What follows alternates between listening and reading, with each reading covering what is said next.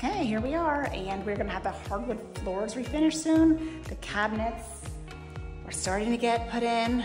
We've got some painting done over here, and we've got, we replaced the pink tile with white oak, and they did a really good job of putting it in with the original oaks, so that they're gonna have to sand all this down.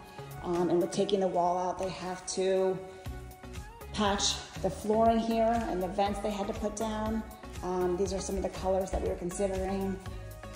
So you can see this is the color island. We went with the light wood for the island and white cabinets for the rest of the kitchen.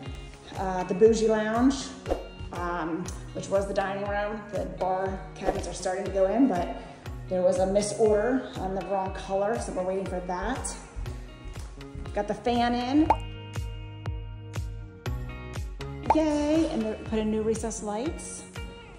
And then my office, we painted green, and we covered up the fireplace, so that is gone. And let's see, what else do we have?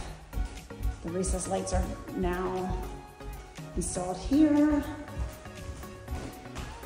And then they had the light, our new light, but it was not quite low enough, so they're gonna redo that for us.